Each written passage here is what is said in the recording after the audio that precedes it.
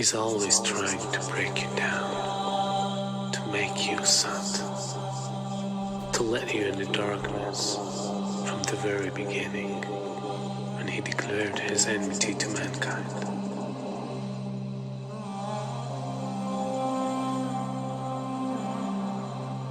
And throughout the history, he caused evil and destruction between every nation.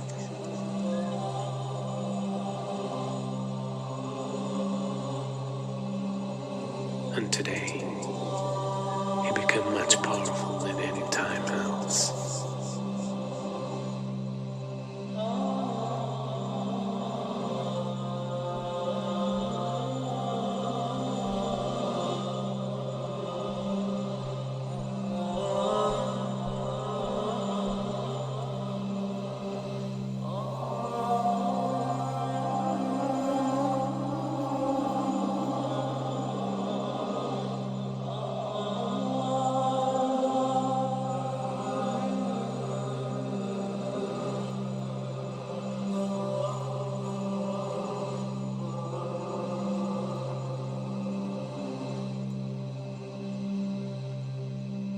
A new world order.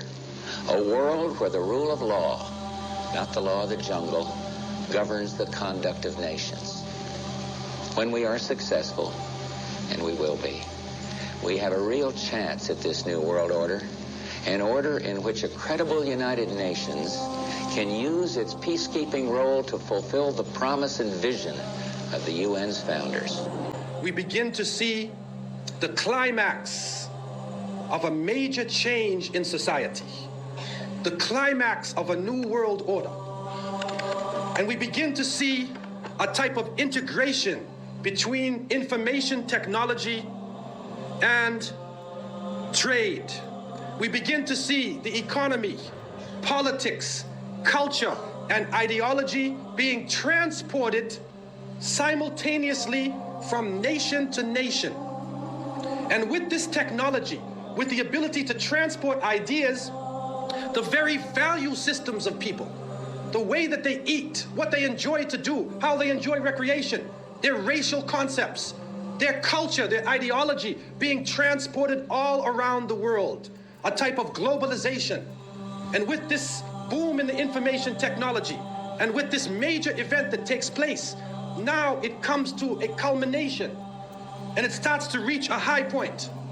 And so the innocent people, we look at this and we say, what is going on? What is happening to the world that had so many different varying views, different nations, different ways of approaching things that can complement each other? Now we see politics is stripped of real power, that the economy governs all social exchange. We see that the states serve the financial power structures, that the real power is no longer in the hands of the generals, but the real power now switching to the hands of the people who run the economy, to the banking systems. And then we see that politicians play the role of public relations officers only to control the masses, either by lulling them to sleep or by terrorizing them. And then we see that the masses of the people become helplessly preoccupied. Their lives are now bombarded with a series of cultural events. And these cultural events start to become the most important things in their lives. The World Cup, the Major League Series, the rugby, the cricket, the hockey, the tennis. Whatever the sport may be, we see whole nations coming behind sports. And the national heroes become sporting people. Even in Saudi Arabia, even in our own Muslim countries, the national heroes are now the soccer players. Who kicks the little ball inside of a net? He becomes the hero of the nation when people are dying on the ground. But yet we become preoccupied with this. And it becomes a type of indoctrination happening to us.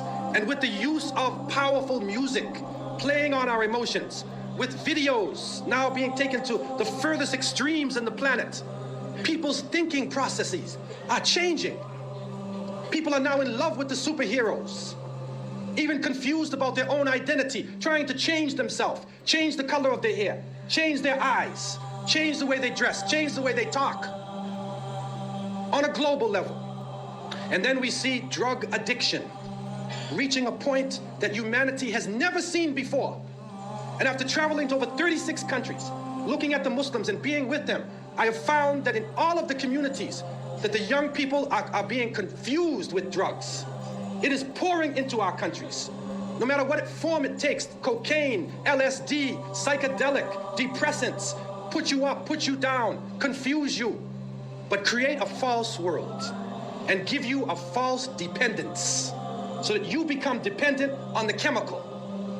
You forget about Allah. Your God becomes the pusher. Your God becomes the chemical. And so creating this dependency amongst the masses of the people.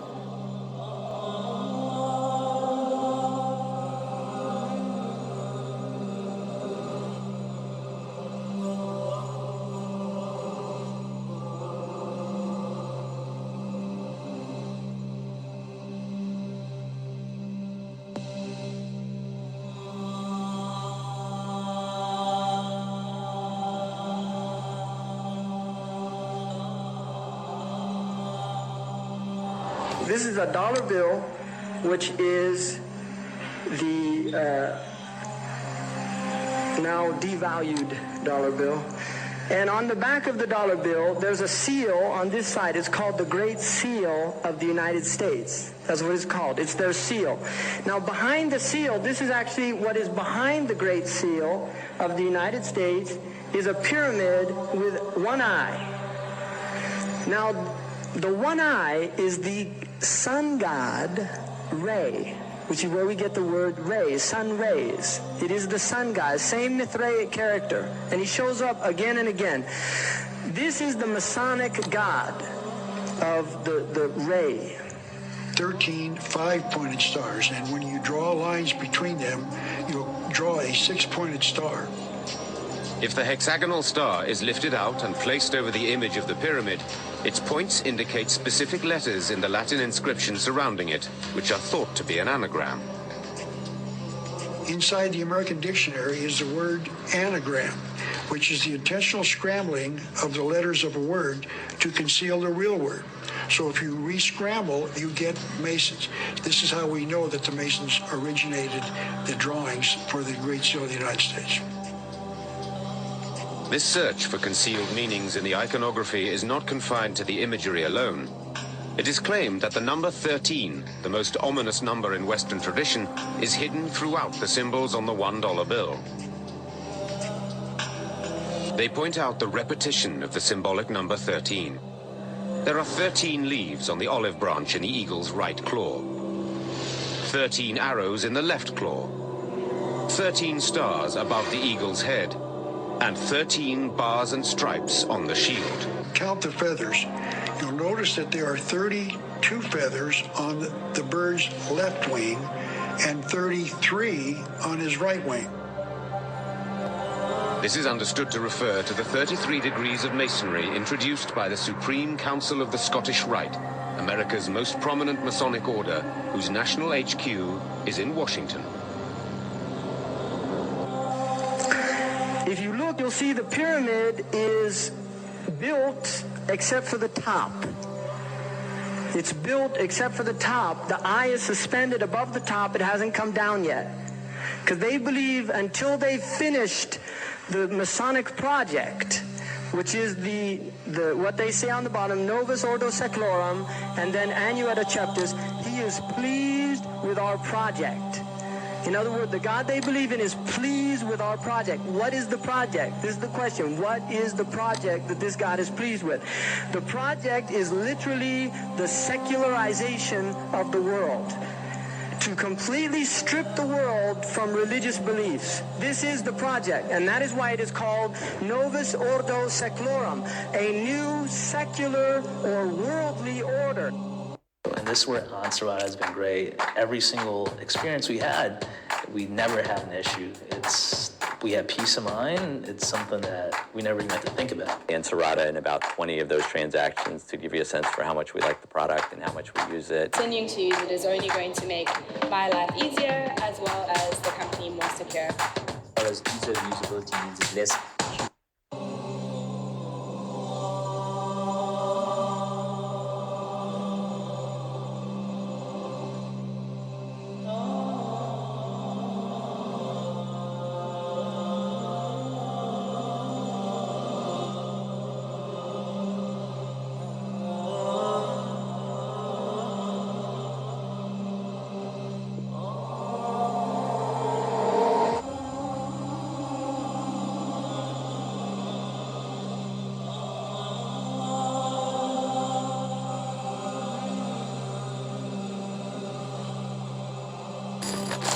It means to control the thinking process, behavior, emotions, and decisions of a person through psychological, physical, or paranormal means. It also means to reduce one's ability to think critically and independently, in order to allow the introduction of new unwanted thoughts and ideas into his mind, and to change his attitudes, values, and beliefs. And so today, these hybrid bloodlines are known as the Illuminati, the illuminated ones, and they're the ones that control the transnational corporations, governments, the banking system, the whole shebang that dictates and controls the direction of society. More of that later. And the idea, of course, because compared with the global population, there's very few of these people. The idea is to enslave the rest of humanity in that vibrational prison I've been talking about, so the few can control the vast majority. We were being prepared for something. Our minds were being prepared for something. This does not happen by chance. And we, the innocent people, trying to look at the world and trying to understand what is going on, we see everything is moving toward one world state.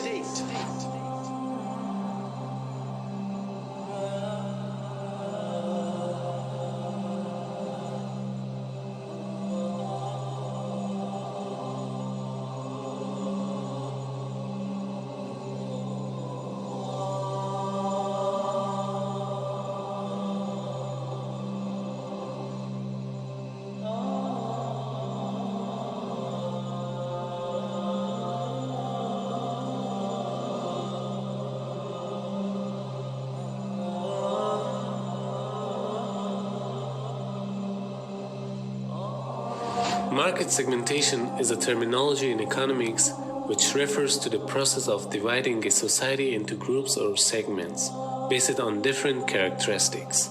The segments created are composed of customers who will respond similarly to the marketing strategies and who share traits such as similar interests, needs, and locations. Now, exactly same is the case with our society today. The elite masses are segmenting the society and providing specific programs for each and every segment of the society. And this segmentation process is done according to their differences, according to their gender, their ages, their standard of living, their nations, their countries, their needs, their interests, and according to their level of understanding. So they have segmented the society and are controlling the people, and the weapon they are using is in your own houses, even in your own pockets. There's a reason for this. There's a reason education sucks, and it's the same reason that it will never, ever, ever be fixed. It's never going to get any better. Don't look for it. Be happy with what you got. Because the owners of this country don't want that.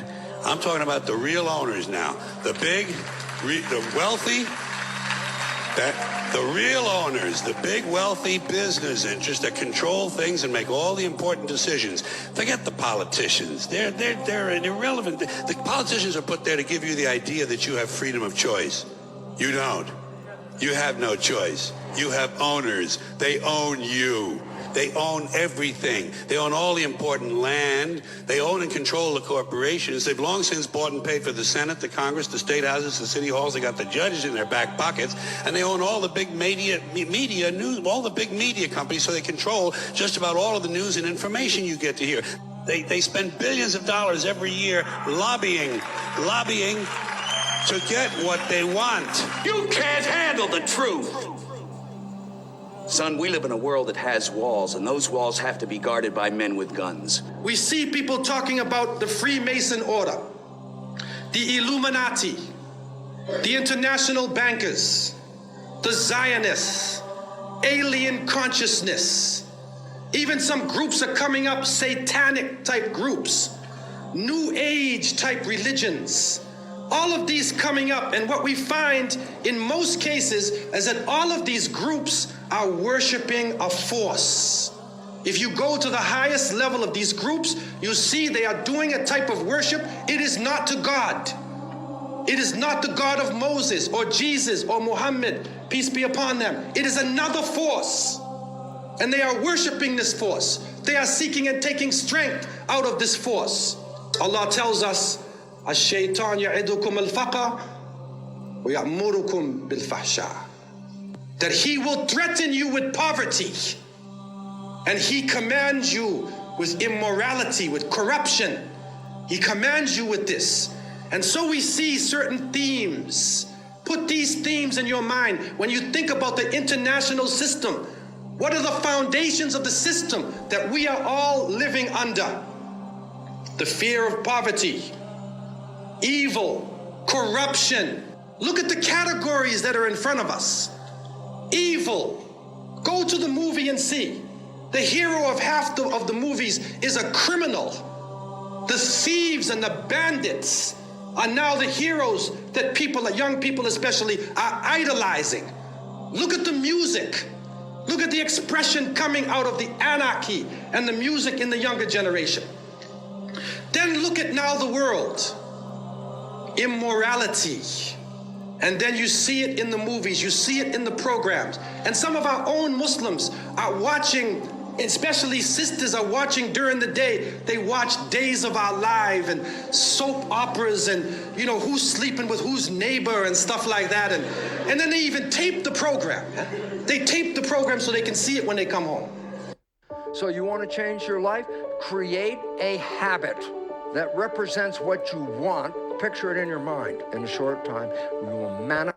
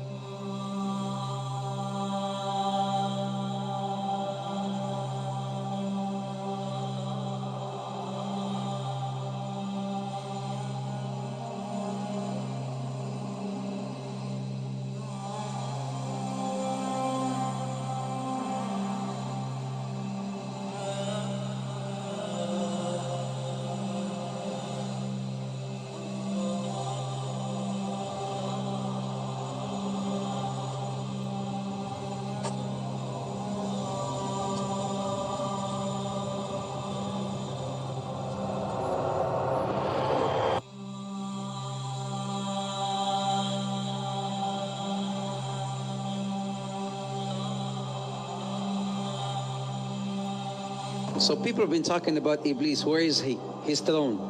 The Prophet ﷺ has reported, in a very sound hadith, which is in Muslim, reported by Jabir, that Arsh al-Shaytan, Arsh Iblis ala al-ma'. Arsh Iblis ala al-ma'. The throne of Iblis, the throne of Shaytan, this is the master Shaytan. The master Shaytan, his throne is on water. Where? What water? What ocean? Allahu Ta'ala a'lam. But there are certain indications that could maybe tell us where his throne could be. There's another hadith where it says, "Innahu," this is also in Muslim, "Innahu 'inda barzakh al-ma'." 'Inda barzakh al-ma'. What's a barzakh? A barzakh, it's like a partition, when you have the sweet water and the salty water, بينهما برزخ لا يبغيان, whereby the sweet water does not merge with the salty water. That's a barzakh. That's a partition.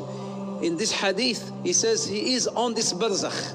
His throne is on this barzakh. His throne is on this barzakh, which is again somewhere in an ocean.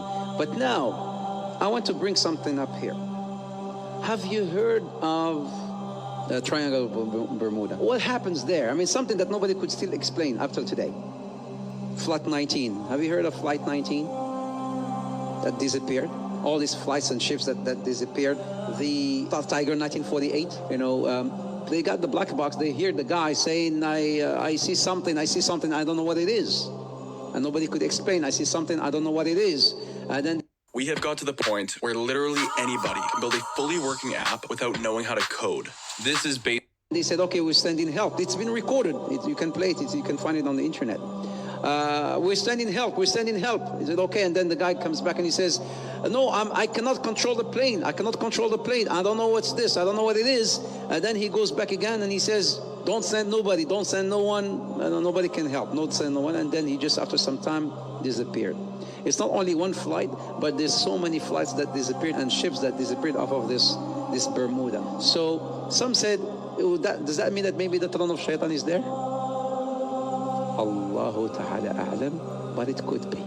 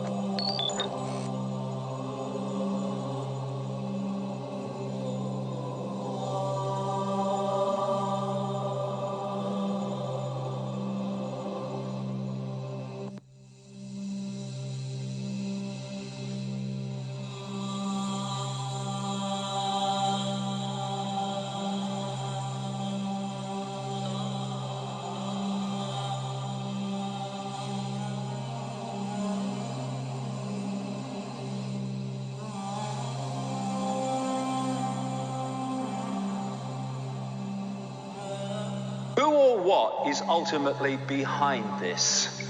Or at least the depth of the rabbit hole got so far? Well, they ain't for a start.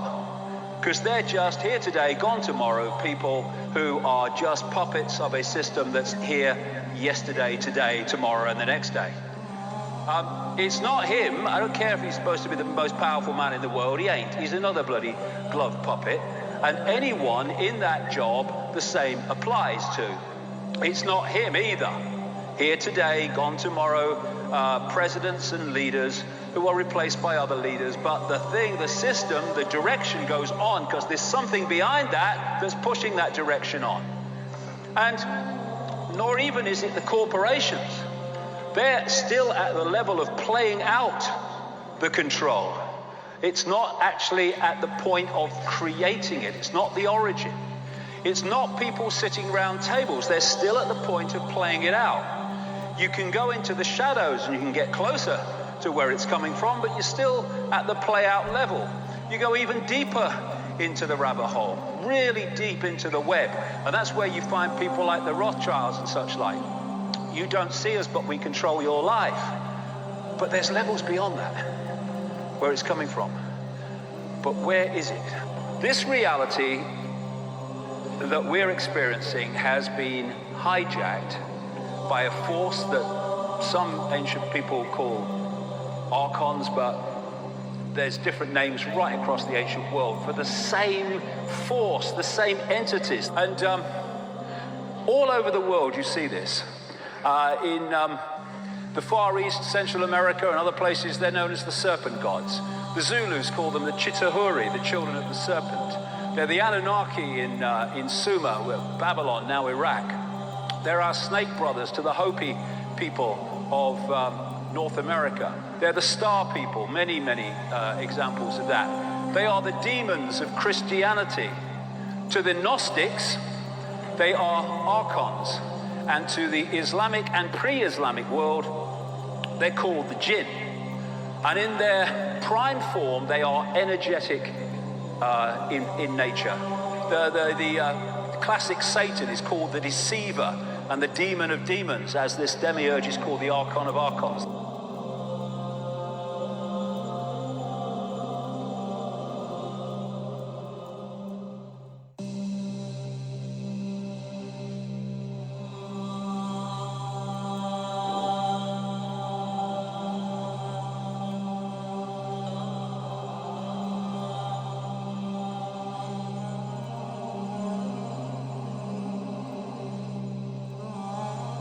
Shaitan, he sits with his shayateen, they're giving him reports. So one shaitan says, I made this man commit zina. One shaitan, he just hears him. This is Bukhari and Muslim, so it's a sound hadith.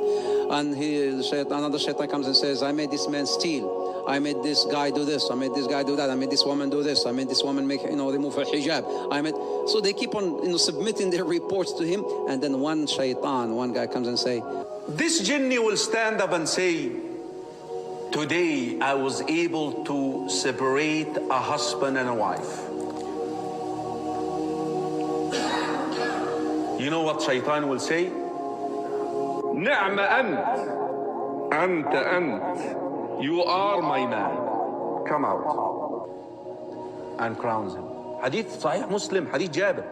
Reflect upon this. Smoking weed is haram. Killing is haram. Adultery is haram. Name any sin you want. Divorce is not haram. Divorce is not haram. Why is he so excited? He's so happy about divorce. Why? Your enemy always likes to do what? Divide and conquer. Now he is able to divide the first unit in the community. Because look at your community. The community is made of what? Units. Imagine a wall, bricks. The family is the first brick in the community. The first unit. Becomes then easy to divide the community, divide a congregation. He has long-term plans.